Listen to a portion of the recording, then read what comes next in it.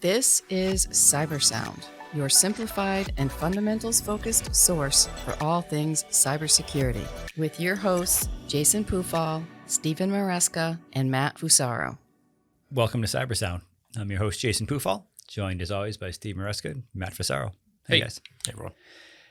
So I think today we're going to talk a little bit about how you might use the behavior or sort of common techniques of attackers to slow them down a little bit, maybe better detect their activities, confuse some of the activities that they've got, right? Like you understanding their techniques and maybe deploying some technologies that might just otherwise give you an opportunity to react a little bit more. At a really high level, Steve, common things that you see deployed or that you recommend people deploy?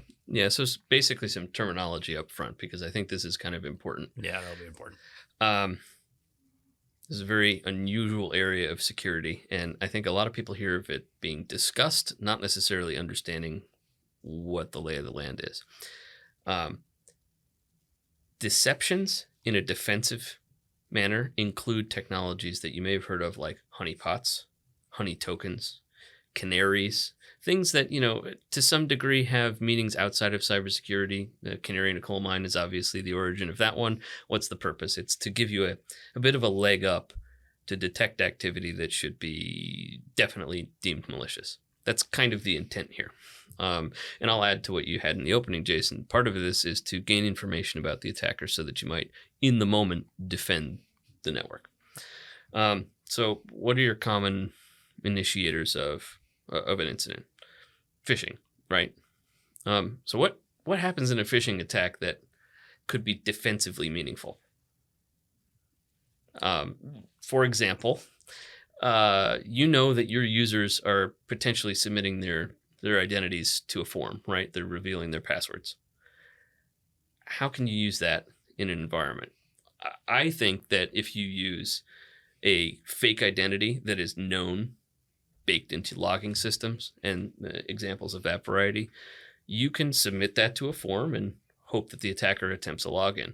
I've personally used this with success to get information about where attackers are attempting their logging, attempting their logins, attempting their other secondary activity.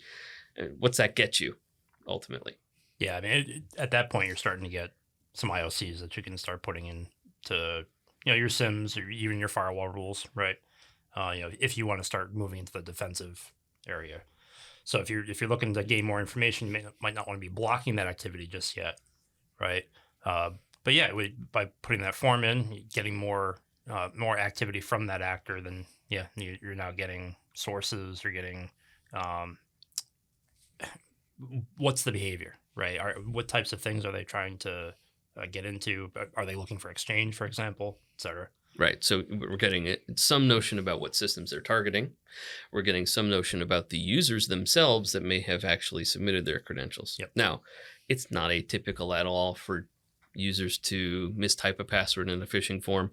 So you're not necessarily tipping off this activity by submitting a fake account outbound, but it allows you to infer what other users might have actually been hit. And that's really important because especially when you think of people working from home, using their devices, the odds of an organization having visibility to see what user clicked an email from the network traffic is much, much, much lower than it ever used to be. Right. So you want these secondary indicators as one mechanism to gain visibility into what's going on. So that's phishing. So I want to actually pause you there for a second because I think that's a good point. I tend to think of some of these techniques from the perspective of networks or servers that are deployed in your more traditional data center or business environment, right? Where an unallocated IP address space that you don't expect any of your actual users to ever hit. If you see traffic there, you probably can assume it's malicious. Do these techniques still have value with some of the changes that we've seen today in terms of the hybrid workforce or the switch at least to the out of office workforce? I mean, I wanted to start with that one because I think it proves that there are techniques that are valuable, given that more traditional deceptive techniques do depend on that local internal network visibility. Yeah, it's also going to depend on your employee, like how many people you actually have to maintain something like a dark net, for example. And if you're not familiar, a dark net would be almost like a trap network that you try to lure attackers into that environment, maybe replicate a couple of things that look similar to yours so that you can gain information about an attacker and hopefully block that activity in your production environment. Yeah, so honestly, that's a good segue into internal defenses, right? What do attackers do when they get a foothold in your network? They run scans, they perform reconnaissance, they want to start staging an attack.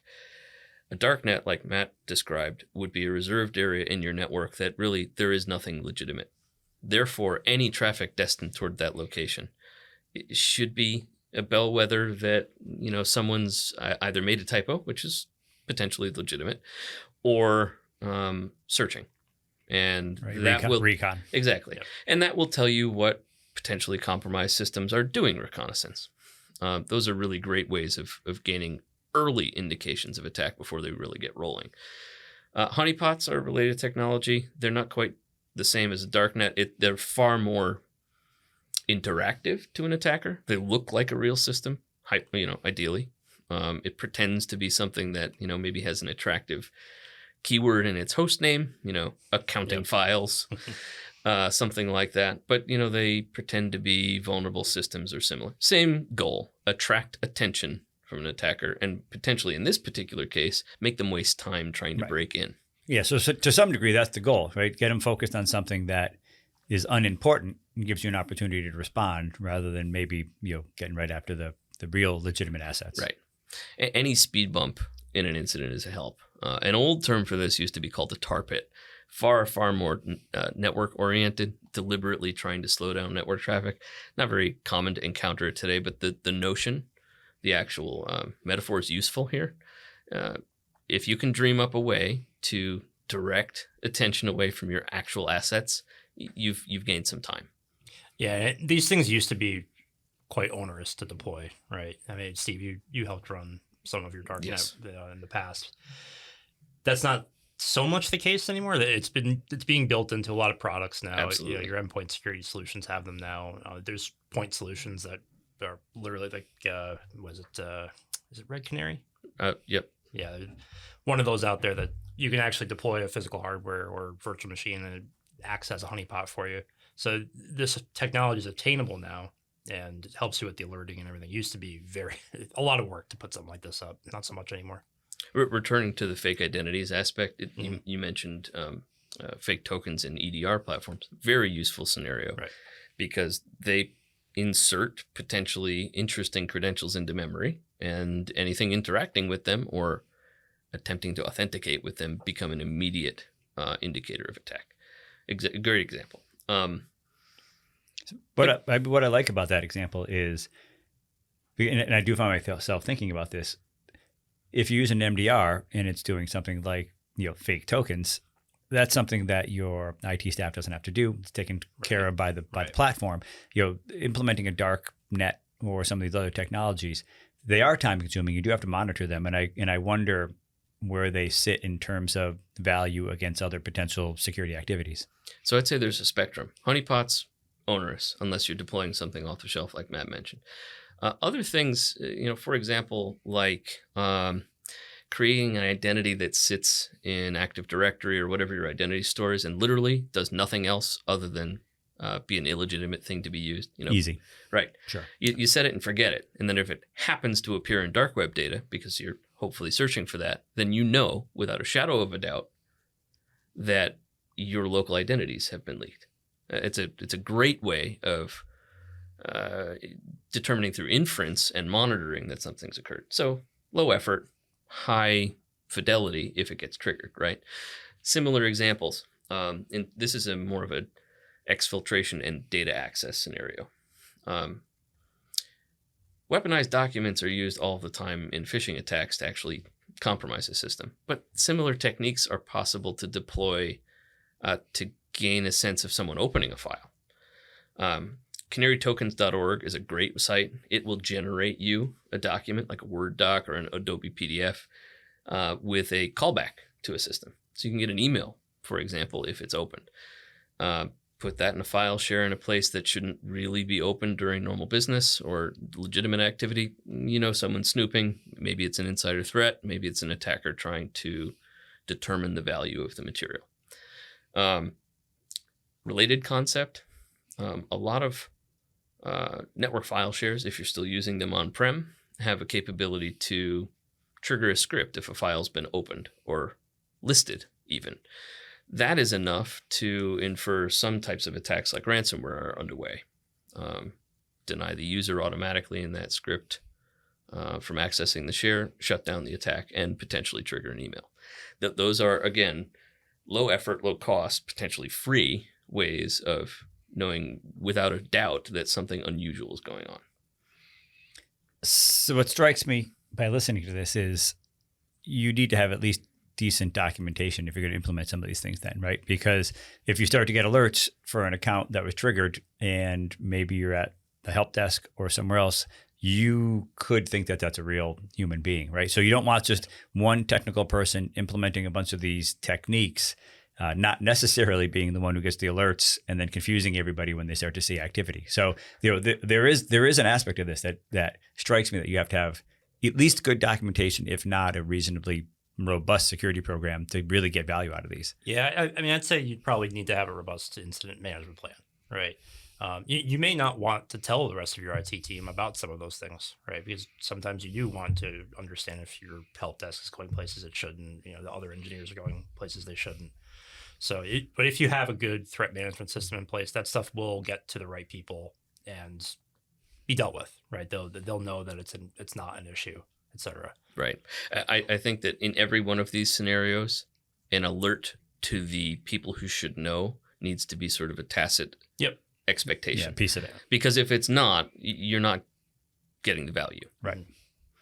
And these types of things are really valuable to companies that would probably be targeted by a certain attacker, right? So a lot of what you're doing is trying to get information about your attacker that you may not be getting from your standard IOC sources, right? It's not public data anywhere. It's not something that you're going to get from the Alien Vaults or Fortinets of the world. You're trying to create your own set of information, right? And it's typically because you've got something valuable. You may be getting attacked by, I don't know, a 0 day, if you will, or an organization we don't know about yet. Sure, or it's industrial espionage and your most sensitive information guarded. You've planted something that at least gives you a heads up that it's been touched in a way it shouldn't have been. Yeah. That's the way you want to approach this problem. There are other scenarios too. As a matter of course, that identities are being leaked in dark web data. They might have been third-party breaches, but they're using organizational identities, right? There's nothing inherently in that data that to be associated with your organization unless you had a breach, right? But if there is a plain text password in dark web data, you might as well use a service that allows you to fetch them for all of your organizational identities, test them against your Active Directory, against Office 365. If you find one, it's a security awareness educational opportunity with that individual user.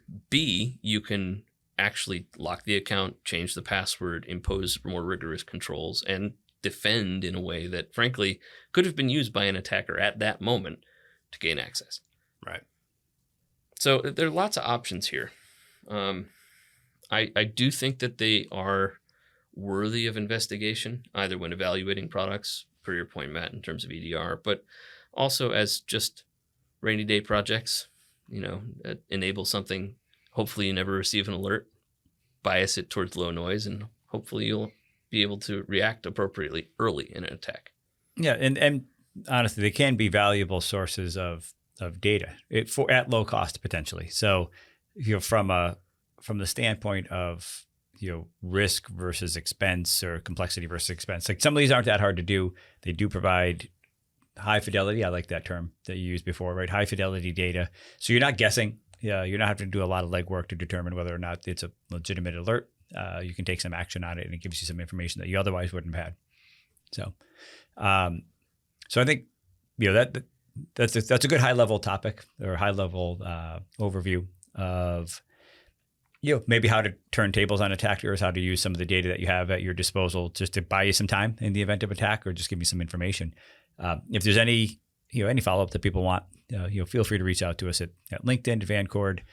We're happy to give you tips, techniques, tricks that we use or that we've seen, or just otherwise talk about the topic a bit more. So as always, we do appreciate people listening and hope you got value out of the podcast today.